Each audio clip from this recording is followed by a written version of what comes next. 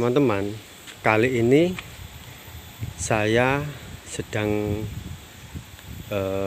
mengunjungi sebuah tempat yang dulu terkenal dengan petilasan Eyang Dampu Awang.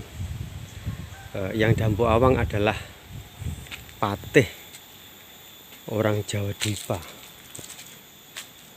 Arahnya ke sini teman-teman. Kula nuwun yang. Jadi Dampu Awang adalah patih orang Jawa Dwipa yang mungkin kalah perang dulu hingga sampai ke sini. Karena itu di dalam kisah perjalanan Chen Ho atau Jenderal Chen Ho, beliau sampai ke sini juga karena dikejar-kejar oleh orang-orang kerajaan di masa lalu ya. Terus siapakah yang menolong memberi arah petunjuk jalan Jenderal Chen Ho San Pok Kong? Tentunya beliau bernama Eyang Dampu Awang.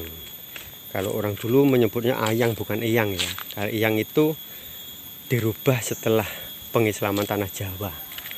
Dari Eyang menjadi Eyang. Ini adalah petilasan Eyang atau Eyang Dampu Awang, seorang patih kerajaan Jawa Dwipa. Jawa Dwipa itu termasuk terusannya itu Ratu Sima itu teman-teman ya. Tapi Dampu Awang itu memang tokoh langsung berasal dari Tiongkok yang menjadi patih di tanah Jawa Dwipa di daerah Lasem sana yang dulu terkenal bernama Lausam ya.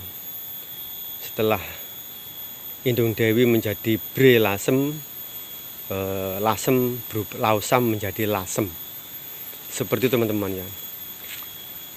Sedangkan ciri-ciri orang Jawa Dwipa itu berkulit putih, orangnya tinggi-tinggi. Itu pernah saya mendapat cerita dari Mbah, termasuk salah satunya Mbah Harjo Gentolet, seseorang yang umurnya panjang sekali, yang sekarang sudah meninggal, orang Blitar ya, yang pernah viral itu menceritakan bahwa orang-orang Jawa Dwipa itu orangnya tinggi-tinggi dan berkulit putih. Karena sudah kalah perang pada ratusan tahun yang lalu atau mungkin 1000 tahun lebih apa seperti itu teman-teman ya. Orang-orang Jawa Dwipa itu kalah perang dan namanya dirubah menjadi misalnya Bajul Putih seperti teman-teman. Jadi orang-orang Jawa Dwipa itu ketika kalah perang dan yang tertangkap dibunuh, dibantai, yang masih hidup sembunyi di hutan-hutan, di rawa-rawa, di dekat jauh dari orang-orang yang mencarinya, maka beliau dengan dilecehkan dengan sebutan Bajul Putih karena kulitnya itu putih. Nah, itulah yang menolong Jenderal Chen Ho hingga bisa bersembunyi di sini, hingga pernah singgah di sini di desa Popoh sana, kemudian bersembunyi di sini.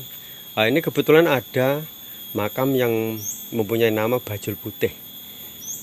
Yang sepuh Bajul Putih seperti namanya makamnya ini. Kulonun yang di depan saya ini ada makam atau makom ya yang bernama Eyang Sepuh Bajul Putih. Mungkin inilah yang saya maksud teman-teman ya. Jadi leluhur bangsa Jawa Dwipa itu karena dilecehkan karena kulitnya putih, beliau diberi nama Eyang Bajul Putih karena kulitnya putih. Itulah yang memberi arah petunjuk kepada San Pok Kong atau Jenderal Chen Ho hingga sampai ke Tulungagung, yang kemudian setelah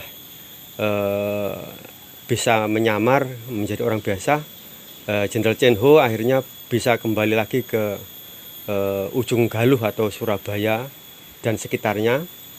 Kemudian beliau pulang lagi ke negaranya Tiongkok, namun di tengah perjalanan menurut cerita yang saya dengar beliau itu wafat di desa di bagian negara Champa, sekitar Champa sana ya. Pokoknya di Thailand, Vietnam, Myanmar, pokok daerah situlah. Saya tepatnya sudah lupa, sebenarnya agak lama mendengar cerita ini. Jadi Jenderal Chen Ho akhirnya wafat di tengah perjalanan, dan orang yang menolong beliau untuk lari ke sini, memberi arah petunjuk bagaimana agar selamat dari kejaran, beliau-beliau ini disebut sebagai dengan sebutan bajul putih.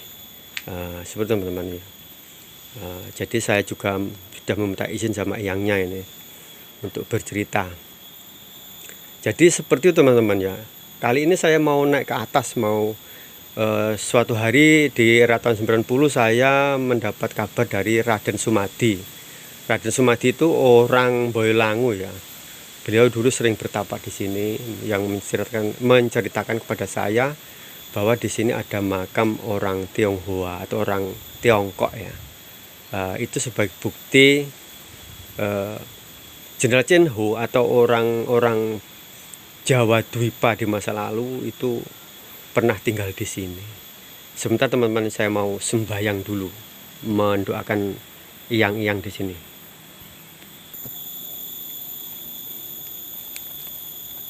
Teman-teman, itu di sebelah kanan saya itu ada seperti batu andesit. Itu seperti apa namanya, umpak ya, yang tempatnya kemenyan itu. Kali ini saya akan naik ke atas teman-teman. Saya akan lihat, saya pernah dikasih tahu sama Raden Sumadi atau Mbah Sumadi, katanya dulu ada makam orang Tiongkok atau Tionghoa. Seperti itu teman-teman ya. Kalau dilihat dari batu bata di sini ukurannya kecil-kecil, batu bata era modern. Nah ini batu bata, nah ini batu batanya era-era kamardikan teman-teman ya. Oh ini ada agak yang besar, ini mungkin agak kolonial, era kolonial. Seperti itu teman-teman ya. Menurut kabar, ini sekitar 18 cm. Ini diperkirakan ini 18 cm diperkirakan adalah era-era kolonial atau Mataram Islam. Batu-batu bata merahnya ya agak jumbo tapi tidak begitu besar teman-teman ya. Menurut kabar yang saya dapat lagi oleh warga, namun warga tidak mau menunjukkan tempatnya. Di sini terpendam sebuah arca ya, namun arca tersebut itu sudah tanpa kepala. Arca siapa? Saya tanya, katanya ada bajunya tapi apa namanya, ada bajunya cuma tidak jelas itu arca dewa siapa. Ini juga ada orang membuat petilasan ya. Oke, katanya dari sini turun lagi ke bawah terus ke kiri. Oke, kita lanjutkan penelusuran kita teman-teman ya. Yang tempatnya orang Tiongkok pernah bertempat tinggal di sini. Ini adalah jalannya. Katanya turun ke bawah terus ke kiri.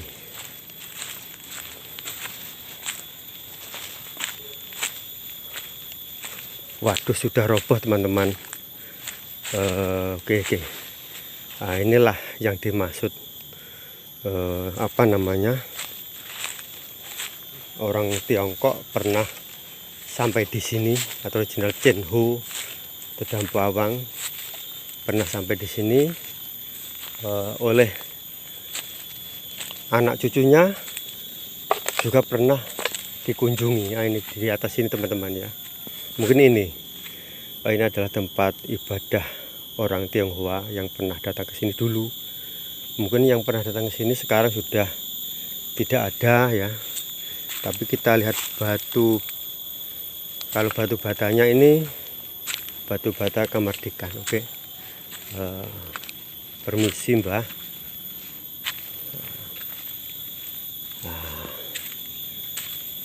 Oke. Inilah yang dimaksud makam Tionghoa dulu ya. Dulu ini katanya batu karang teman-teman ya. Dan di luar nalar ternyata betul yang saya katakan tadi, bahwa di sini dulu pernah ada candi. Nah, ini ada patahan batu ambang ya. Jadi memang betul Chen Ho pernah datang ke sini. Ini buktinya, bekas makam setengah lingkaran ini adalah makam daripada raja atau Jenderal Chen Ho yang ditolong oleh orang-orang Jawa Dwipa yang bernama Mbah Bajul Putih. Seperti itu teman-teman ya. Jadi ini adalah sisa-sisa candi di masa lalu. Memang betul di sini ada candi ya. Ini adalah bukti real. Itu patok nisannya itu adalah batu ambang yang bagian sepertinya bagian bawah teman-teman. Jadi seumur orang jarang ke sini teman-teman. Ini adalah bekas candi ya. Batu andesnya sangat besar sekali. Memang betul di sini masih tersimpan beberapa arca, namun dirahasiakan supaya tetap lestari di sini dan tidak dipindahkan di museum. Seperti itu teman-teman ya. Sebentar saya mau berdoa untuk leluhur teman-teman. Teman-teman, dengan makam ini cerita Mbah Raden Sumadi atau Mbah Sumadi dulu tidak berbohong bahwa di sini dulu ada makam batu karang yang setengah melingkar seperti makamnya orang Tionghoa.